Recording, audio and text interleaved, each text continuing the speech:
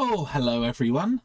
I noticed my computer was booting quite slowly, so I had a bit of a brainstorm with ChatGPT, of all people, and we decided that perhaps one of the hard drives might be giving up the ghost. So we actually went and downloaded quite a useful program called CrystalDiskInfo. Now, this is the link to the on the far left here, CrystalDiskInfo, which I clicked on and downloaded, and basically just installed. The install process was fairly simple, and I thought we could have a little look at the program today because it's quite a decent little program. So this works on nearly any version of Windows, including Windows 11, which is nice. And I'm going to go from the top of the program. So at the top, there's quite a few cool functions which you can kind of look at. Again, I haven't gone into these things in any great detail, but I do like that you can change the theme at the top here. So I'm going to leave it at default for now. But yeah, flat square is quite nice as well, quite a traditional look. But yeah, this doesn't really matter. So yeah, this is my main C drive, which everything is running off of. And as you can see, the health status is 70% good. So that's not amazing, but it's still pretty good. And I think the reason why it's 70% good is because the temperature might have gone a bit high in the past on this drive, which might tell you that perhaps the drive isn't getting enough cooling. Perhaps that's something we could look into in the future, so that's quite useful information to know. We can see the kind of drive that it is, with transfer mode and things like this. We can also see how many hours that the drive's been on. So this drive, my C drive, has been on for 1 year, 142 days and 14 hours. So yeah, it's quite a good little workhorse then. And it's still performing reasonably well, apart from the temperature, which, you know, perhaps we should look into. Now, the second disc here is a much older disc, and it's kind of one of the older rotating hard drives. And as you can see, this thing's been operating for 2 years, 314 days and 14 hours. So yeah, it's quite a bit of a grand part at the moment.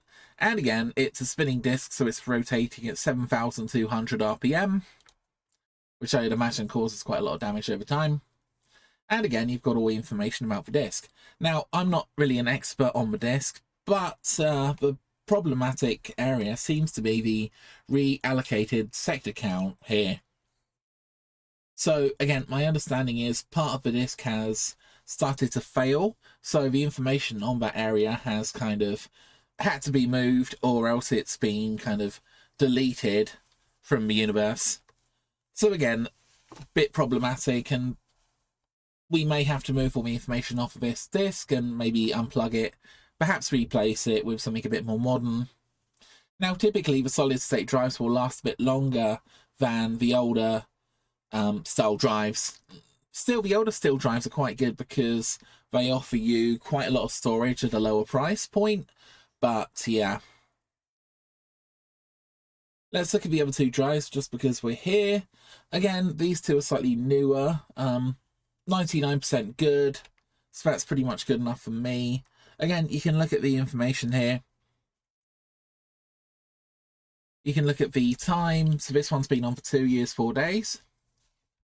And yeah, all the information is also displayed here. Now, my last one is my most recent drive, and I think it's also my fastest drive as well. So this one's only been on for 153 days.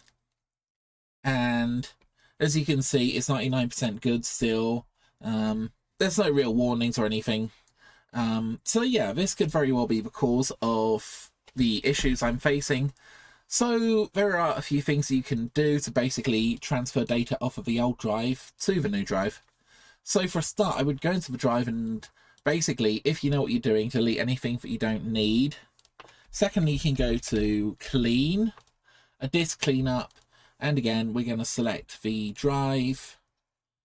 Okay, there's nothing here because it doesn't have a recycle bin or a DirectX, but you can do this on the C drive and it'll give you more options.